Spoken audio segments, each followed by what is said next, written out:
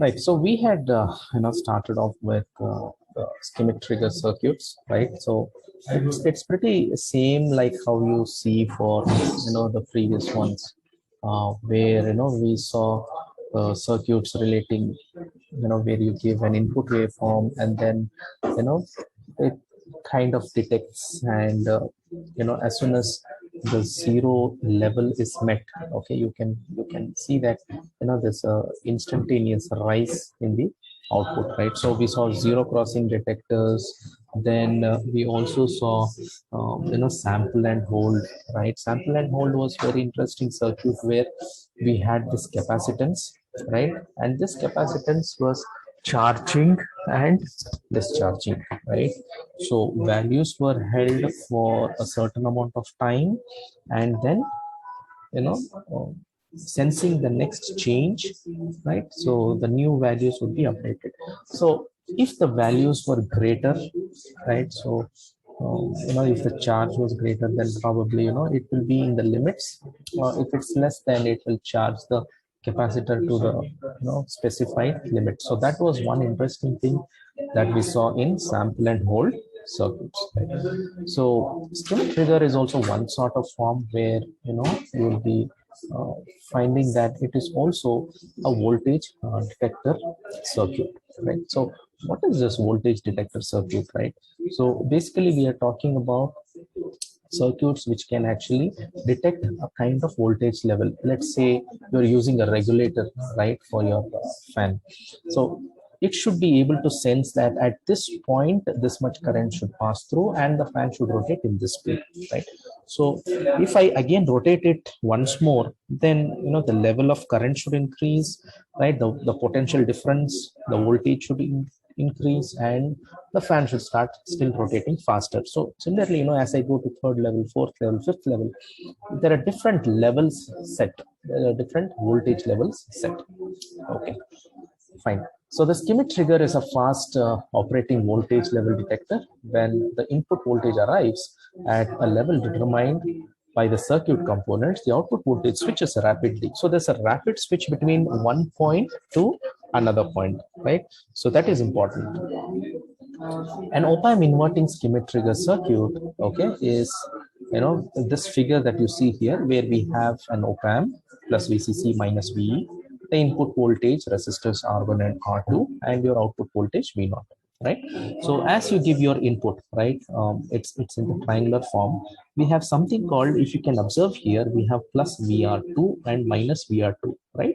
So you'll be learning, okay, that it is actually the upper point and the lower point, right?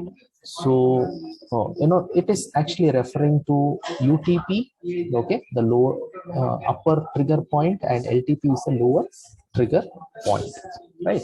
So at that point immediately the trigger should happen. So if you can see, right, at this point, right, the levels are maintained, and at this point, at this maybe 1 2 3, yeah, the third dotted line from down, right, as soon as it reaches that, this level that you see, the V0 sat, is coming down drastically. So there are some points, right, we can call them as UTPs and LTPs. So it looks like a non-inverting amplifier, right?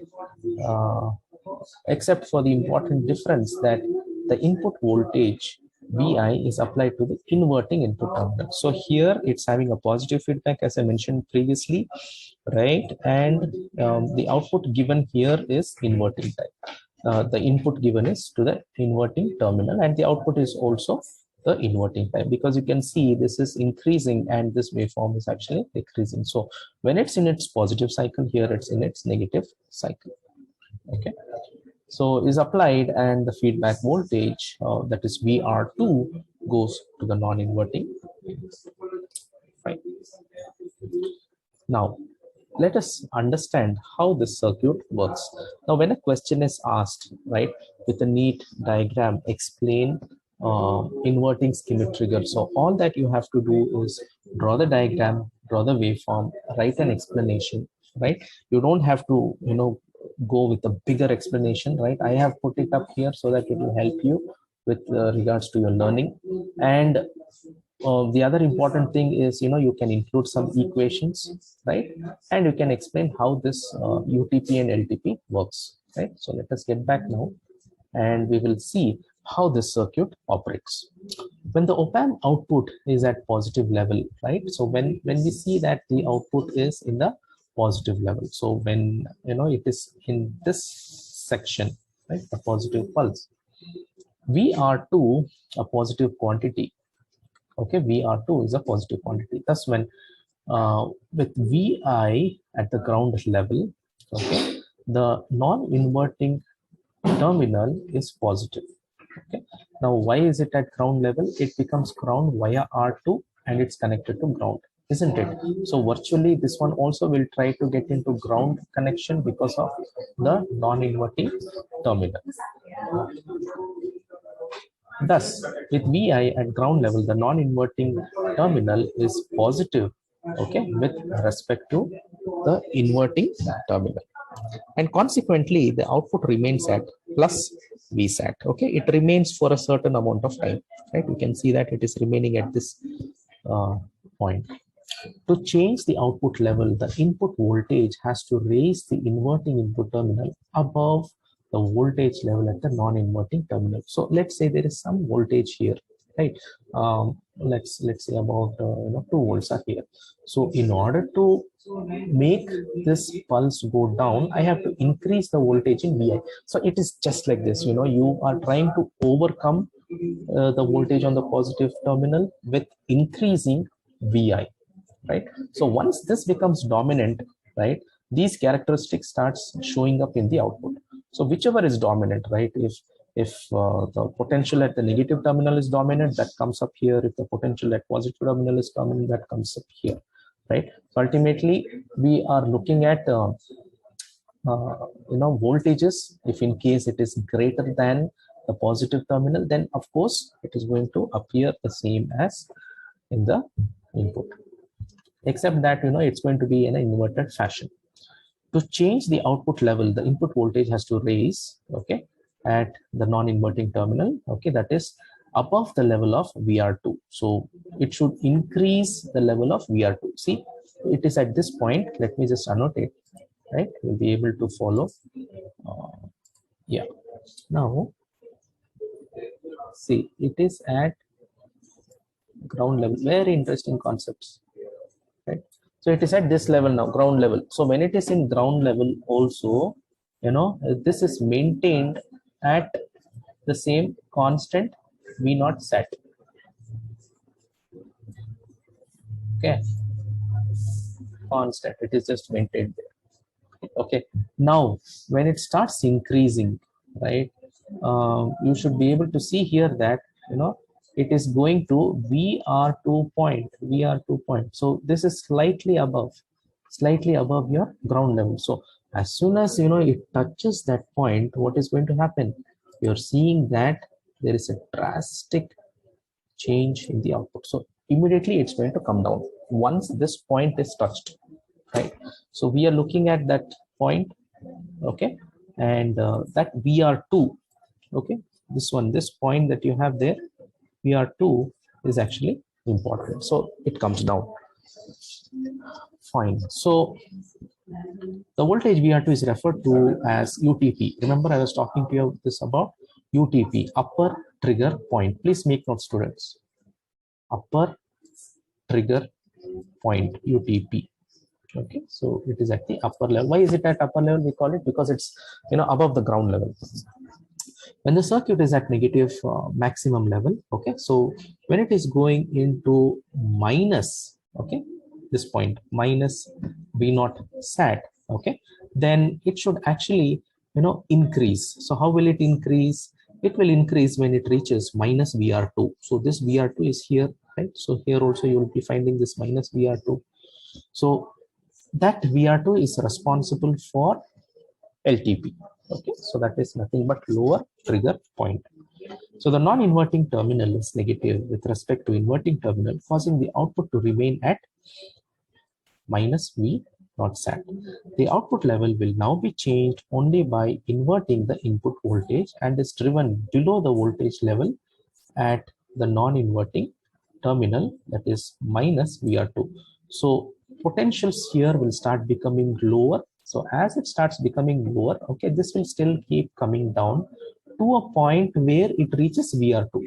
Once it reaches VR2, then just like how you can see here, okay, it will start becoming constant, and then once it reaches plus VR2, it will again increase, right? So these are the 2 points, minus VR2 and plus VR2, LTP and UTP. So these two concepts are important. Note that after the instantaneous level of Vi, okay, after we change the input voltage to UTP, okay, and V naught has switched to minus V naught sat, VR2 is in negative quantity because we have increased here, right? So the negative quantity comes in here. Simple, right? It's as good as a straight line. VR2 is a negative quantity and the output remains at minus V naught sat, that is here, okay, it remains constant at minus V naught sat. VR2 is negative quantity, okay, and it remains even when Vi fails to fall below the UTP. Switch over from minus V naught sat to plus V naught sat does not occur until it reaches the LTP, right? So similarly, Vi has been reduced to LTP and V naught has switched to positive V naught sat. The output remains at V naught sat until Vi is increased above LTP. So you have to increase the voltage, right? More than VR2, right? You have to bring it to plus VR2. Then only the voltages at the output side will change. Okay. So, it is like this. From 0, your transistor is still off. You bring it to 1 volt. 0.1 volt, the transistor is still off. To bring it to 0.2 volt, it is still off. 3, 4, 5, 6. At 0.7 volts, what is going to happen? Your transistor is going to start functioning, right? So that's the threshold, that's the limit. Similarly, here we have two limits, the positive and the negative limits, right? Okay. So mentioning about this plus VR2 and minus VR2 is important. And in your answers, you can include plus V naught sat and minus V naught sat, and when exactly it is changing, how this output saturation is changing based on the input levels that we are giving. So how are the input levels changing? Based on minus VR2, if it comes below that or if it goes above that, right? Ultimately, our output also is going to change. Now let us see the impact of this positive feedback. Now you're seeing here that there's a connection between the positive terminal and these two resistors R1 and R2. And we have this current I2, which is flowing through and which is getting grounded. Now let us see how this actually impacts, right? So the schematic trigger output switches from positive to negative, right? So it is in the negative side, it's going to positive side, then again it goes into negative side. When the input voltage is raised to UTP and switches from negative to positive, right? It comes from this level to this level. Right. When the input is decreased to LTP, Vi is raised just few microvolts above UTP. The op-amp output begins to move in the negative direction. That is fine, causing the VR2 to decrease, right? So VR2 it reaches and then slowly it will start decreasing to a point where it reaches VR2. VR2 means immediately, the waveform will start rising, thus making Vi more positive with respect to VR2. In this way, okay, the differential input voltage causing the output to switch from plus to minus is increased as the output switches levels. This is a positive feedback and it causes the output to switch very rapidly from one extreme to another extreme. Now remember, we had learned about when we give this positive feedback, there can be a lot of oscillations, right? A lot of oscillations means the higher frequency operation. So here, when we have a lot of oscillations, it means that it can actually switch faster. The frequency is fast. And it causes the output to switch very rapidly from one extreme to another.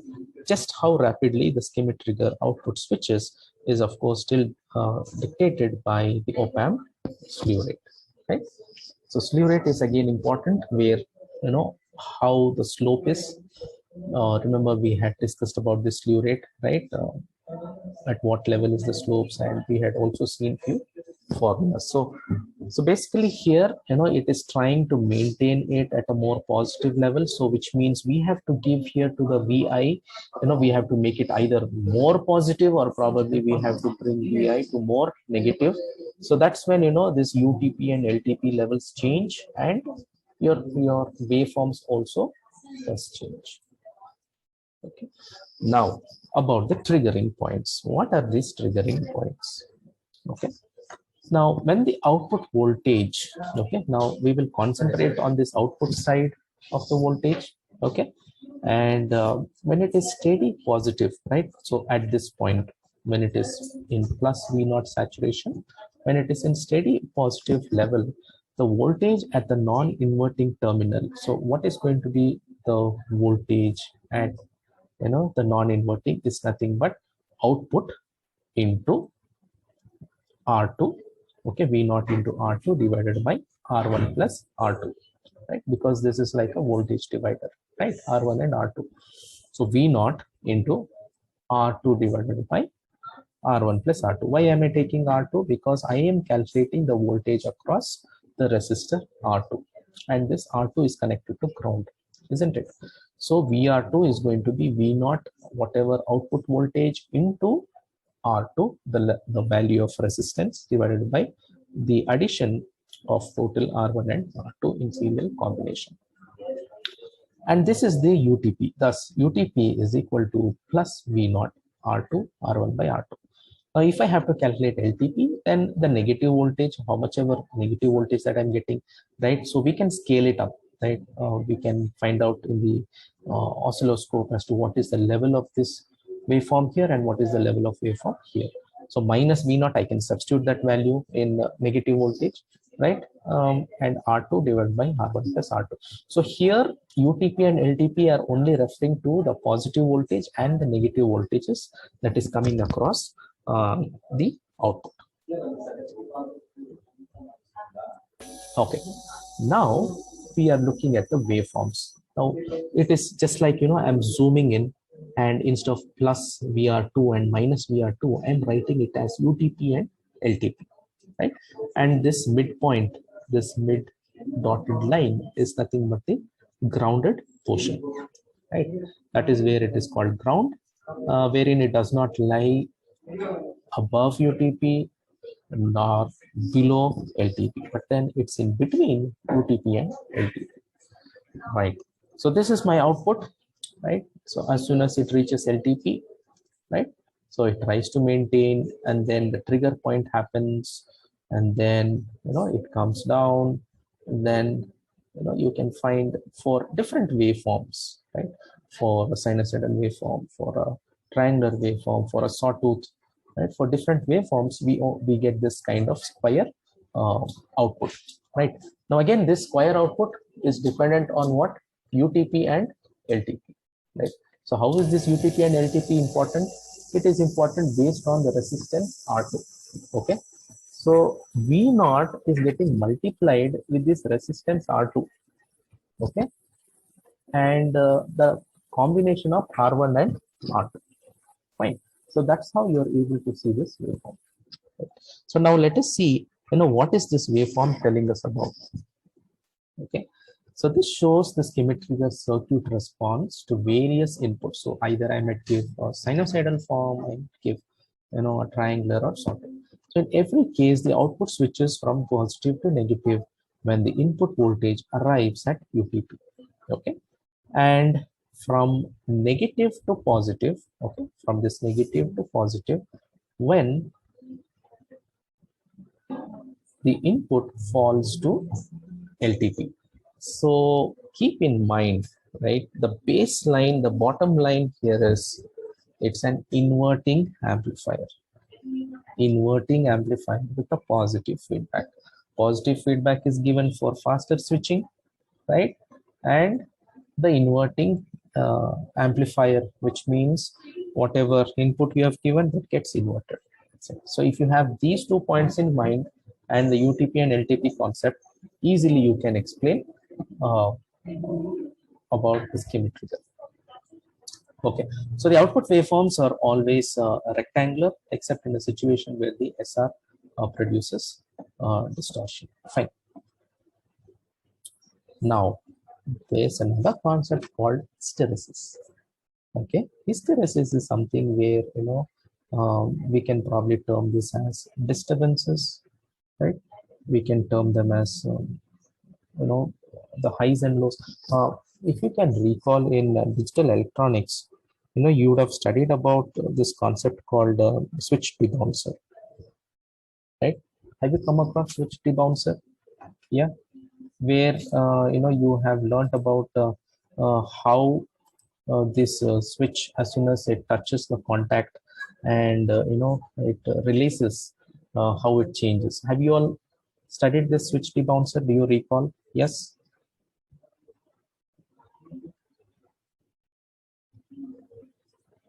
Where for different points, for point A we had a waveform, for point B we had a waveform, right? So when the contact moves between one point to another, right, so how it changes, so all that we have seen. So you can assume that this is also that sort, right? So it is a kind of zoomed in version, right, of our previous waveform.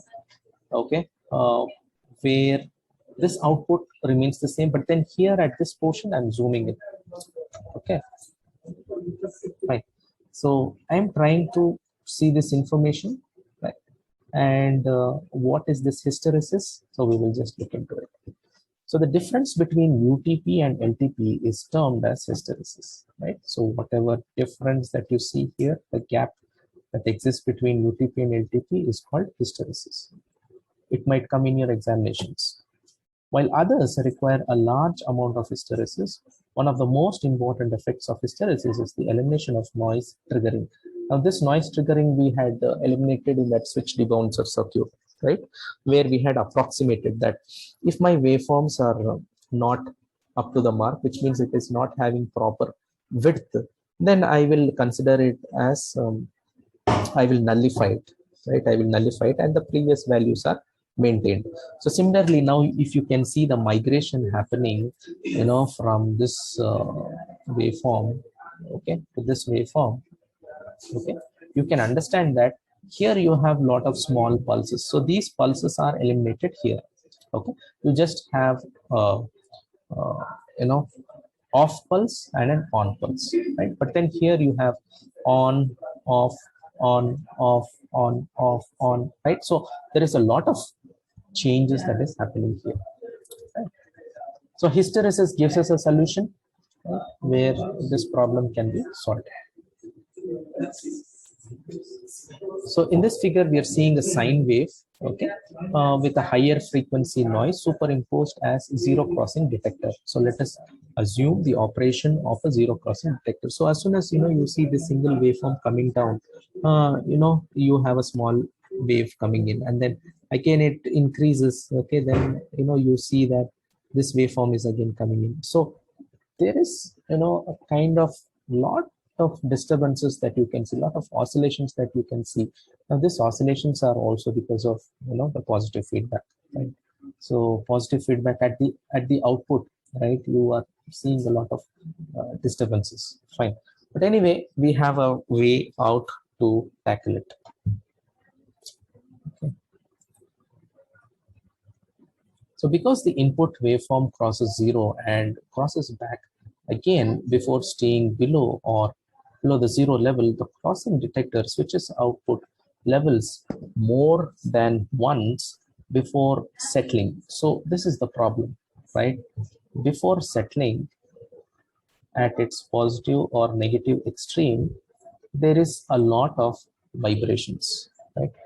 You can probably think of the spring, right? So when you have a spring and you try to, you know, or probably move it, right? So what happens? There's a lot of vibration that happens in it, and you can find that before it settles in, right, you can see that it goes up and down, right? So you can think of that switch debouncer concept as well. Now in figure B, right, in this figure we can see that when schematic trigger circuit is used, in place of the zero crossing detector. So this is where we just have zero crossing detector, right? And here we are actually having a schematic trigger. Okay, schematic trigger. So schematic trigger is used in place of zero crossing detector, and the difference between UTP and LTP eliminates the multiple triggering around the zero level. So here, even though there are small vibrations, right? Let me just draw it. So even though there are small vibrations here, right? That will all be sustained, because what I'm seeing here is, it needs to touch this UTP, okay, or it needs to touch the LTP for changes to happen. So I am kind of creating a bandwidth there. I am kind of creating a frequency limit there, right? A kind of small room for these changes to happen, for this oscillations to happen. So if and only if, right? So probably let us treat this LTP as floor and UTP as roof, right? So there's a small room here, and this room will accommodate these changes in the waveform, right? So these oscillations in the waveform. Okay. Now, if you compare this with the zero crossing detector, it says noisy input produces multiple triggering. What is this triggering? This triggering is having multiple pulses here. Instead of just having an off pulse and an on pulse, I'm having multiple pulses here. Okay. So we use schematic trigger. So schematic trigger has the concept of UTP and LTP. So in that way, it is trying to compensate the oscillations that can be actually created because of the positive feedback, right? So the concept of UTP and LTP will eliminate this positive feedback problem, and also the problem associated with zero crossing detector, right? So this is how you can understand the concept of hysteresis. Now we will look into a concept where we are trying to see the input output characteristics, right? So there's a graph here towards your left hand side, okay, where you see the LTP and the UTP, right? And the same thing is actually represented here, but then in a different format and in a graphical format. Okay, you can find that you have positive V naught sat and negative V naught sat, and it's moving between these levels, right? And this is my plus VI, and towards my left hand side is going to be minus VI. Okay, and outputs. Okay, so inputs are across this scale, and outputs are across the y-axis. So whenever we have input across output, right, we call it as input output characteristics. So we are trying to learn what kind of characteristic that this circuit has. Okay. Fine. So a graph of DC output voltage, which is V naught, versus DC input voltage VI, can be plotted. So output across input for the schematic trigger. So the input output characteristic, to understand the characteristic, consider the voltages at each point. Now, these points are important. You have to mention these points in your examination. This graph is also needed, and these points are also important, right? So please make note of them so that you can represent it in your examinations. So at point 1, so there are different numbers here, right? So we have broken up into different parts. So 1, 2, 3, 4, 5, 6, right? Okay. So at point 1, initially, at point 1, V naught, the output, is equal to plus V naught sat, right? So we can see that it's very evident here. And my input voltage VI is less than VTP. Point 1 through point 2 and 3, V naught remains in the same position. As VI is increased from LTP, and then it goes to 0, but then it will still be the same until VI reaches UTP, right? So those are 2 and 3 points. Now from point 3 to point 4 is when it has actually reached the UTP. The input voltage has reached the UTP. Okay, so that's when you find that there is a drastic change, or there is a difference here from V naught sat to minus V naught sat. Okay, from positive V naught sat to minus V naught sat. Okay, so that is from 0.3 to 4. Now from 4 to 5, the reverse happens what was mentioned at 0.1, isn't it? So from 4 to 5, V naught remains at minus V naught sat, and Vi is increased above UTP, right? So from 0.5, what is going to happen? To 0.4 and 6, to 0.4 and 6, V naught remains at minus V naught sat, as Vi is reduced through UTP, and then it comes down to zero level, right? Until Vi reaches LTP. Okay, so once it comes down to LTP, then we can find that the next, it is getting ready for the increase, right? Because it has reached its maximum negative value at the input side from 0.6 to 0.2. Okay, then again it is a repetition. Okay, so there's a rapid switch that is happening from minus V naught sat, right? So it is going to go from the reverse fashion, from minus V naught sat to plus V naught sat. So there's a transition happening. Okay, and Vi is actually at LTP. Now from 0.2 to 0.1, okay, which means maintaining it at the same constant positive level, V naught remains, and Vi is below LTP. Right? So I hope you have understood this concept, students. Any doubts that you have occurred here up till this point of discussion? Remember, all these are very important.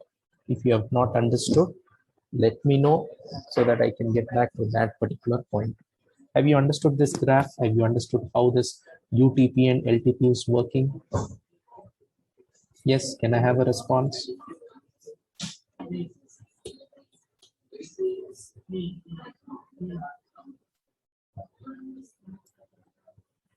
Students, can I have a response? Yes, sir. Any doubts here? Have you understood how this LTP UTP works? Can we proceed?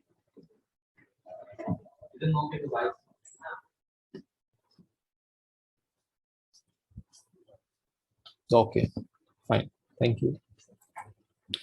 So, yeah. So this was, about your input output characteristics, right?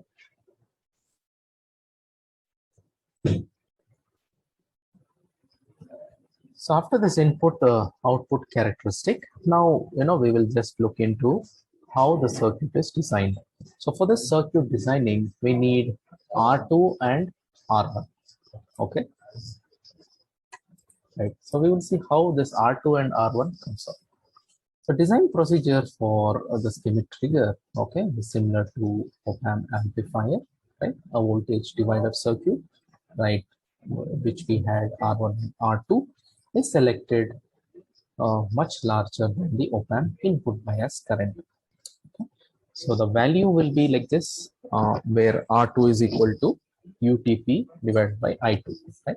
Now UTP is a very important factor. Why is it important? So that the levels are maintained at the UTP and the LTP levels. Okay, so R2 is equal to UTP divided by I2, and R1 is equal to V naught minus UTP divided by I2. So we will look into a problem, right? Probably, and we will see how this actually holds good. So if I can design R1 and R2, right? So let us get back to the circuit. See, this is the major thing here, right? Only R1 and R2. And of course, I'm not going to have any resistances here, okay, except the input bias current or input resistance, okay. So the major to be decided here is R1 and R2. So once I've decided this, then my circuit becomes easy to design. There's nothing else left here, right? So R1 and R2 are the major things. When using a BiFET op-amp, it is best to follow the usual procedure of selecting the largest two resistors. So we will be selecting about 1 mega ohms for that, and then calculating the other resistance to give the required triggering level. So you take one value, and using that value, you calculate the other. Right? So we will see an example now, okay, and we'll try and understand how this works. Using the 741 op-amp, right? So this problem could come in your internals, in your semester exams as well. Okay, so using the 741 op-amp, calculate the resistor values for the schematic trigger circuit in the figure shown here. Okay, of course, these values wouldn't be here, 180 and 39 wouldn't be here. This is after calculation to give the triggering points of plus or minus 2 volts. So UTP is going to be plus 2 volts and LTP is going to be minus 2 volts. So as usual, what we do, we select I2 much greater than the bias current, the maximum bias current, okay, which we have seen is about 500 nano, right? So we take 100 times of that, so 50 micro, okay, and R2's equation is given by UTP divided by I2, okay, so the same thing, R2 is equal to UTP divided by I2. So we have the values here, right? And the same values are contained.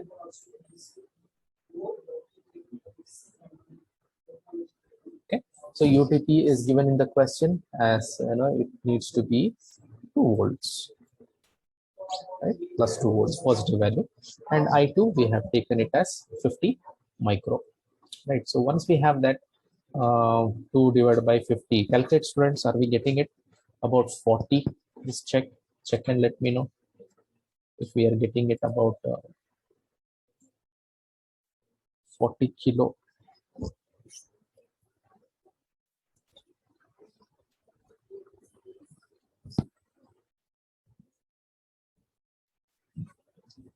You can even take 50 micro as inverse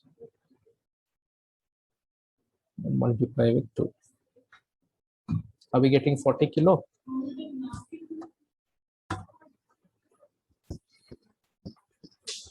Yeah. Okay.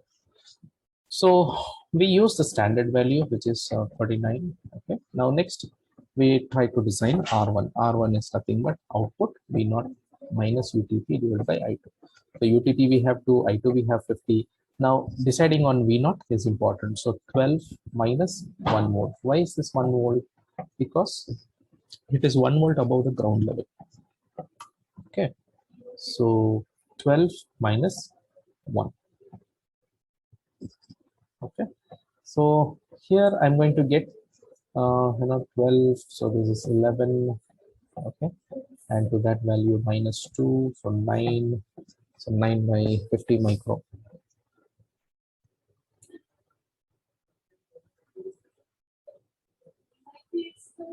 Yeah, so we are getting about 180, which is standard. This is also standard. Okay. So 180 is here and 139 and just 39 is here, right? So in this way, you know, we try to calculate and we try and understand how the resistor values, very simple problem, right? How these values are taken. Okay. Now the last section that we have for today, okay, is how to adjust this trigger points. How, you know, here we had plus or minus 2 volts, right, in the problem. So how can we adjust this? So we are taking the help of diodes, okay, and with the help of diodes, the forward and the reverse bias characteristics of the diodes, we can actually change the values of UTPs and LTPs, right? So many schematic trigger circuit applications require UTP and LTP levels. So it's not only the schematic trigger, right? So we have many other applications that can, you know, need a higher level and that needs a lower level. Okay, so it just think of an inverter, for example, right? A UPS, right? So if there is current, then, you know, it doesn't function. But then if there's no current at all, if it goes to a very low level, then the UPS or the backup systems would come on, right?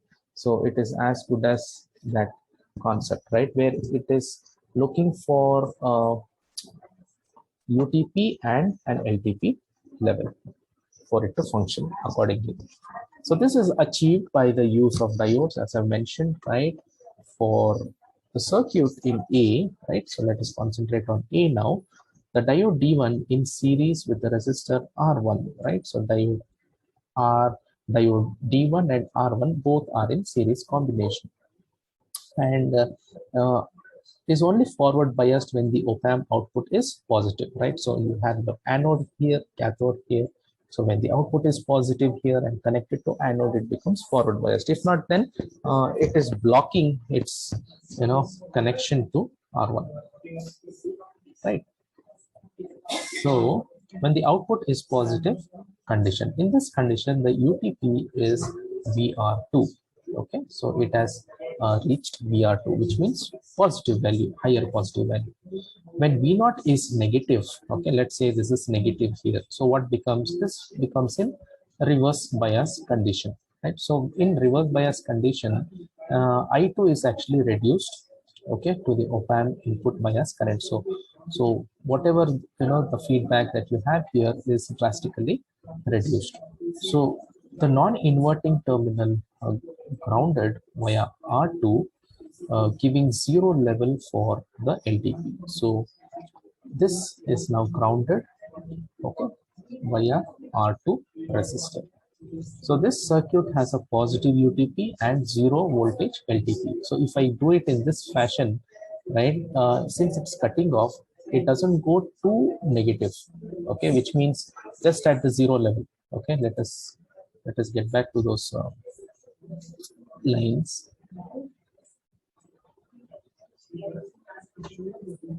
Yeah, so it's as good as this LTP being,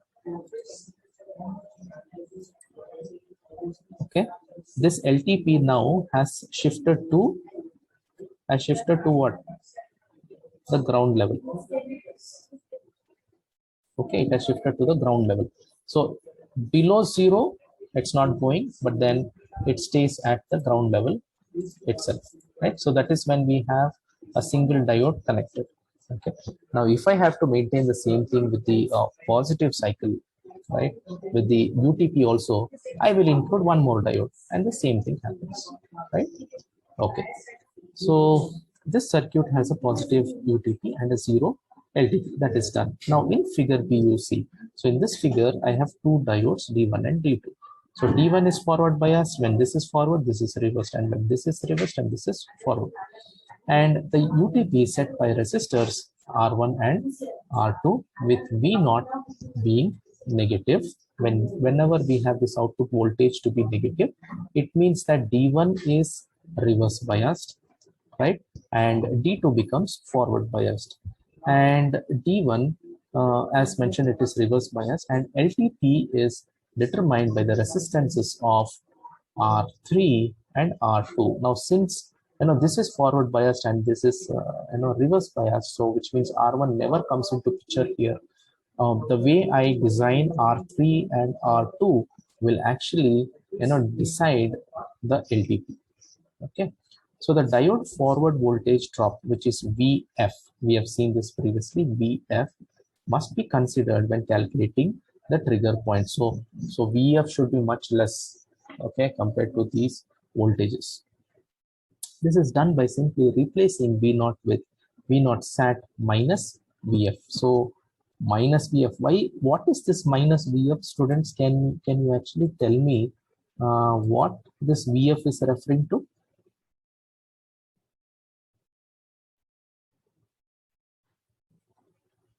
Remember, we had VF, right? And we were minusing this VF, right? So we need certain voltage for the diode also to start conducting. If not, then it wouldn't, right? So we have to take that voltage also into consideration. So that is VF. So my V0 sat is going to be minus or minusing the VF value. Okay.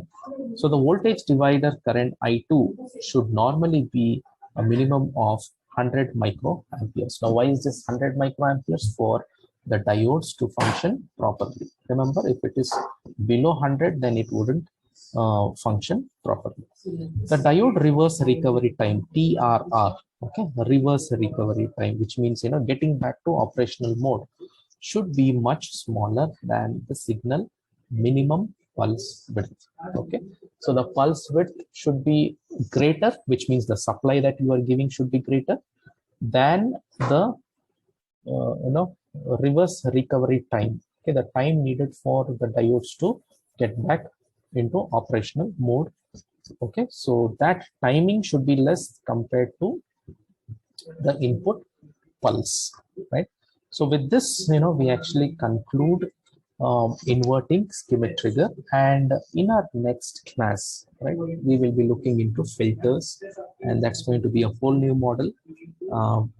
Where we'll be looking into filters and IC regulators, right? Very interesting, where we look into first order, second order filters, okay, low pass, high pass, band stop.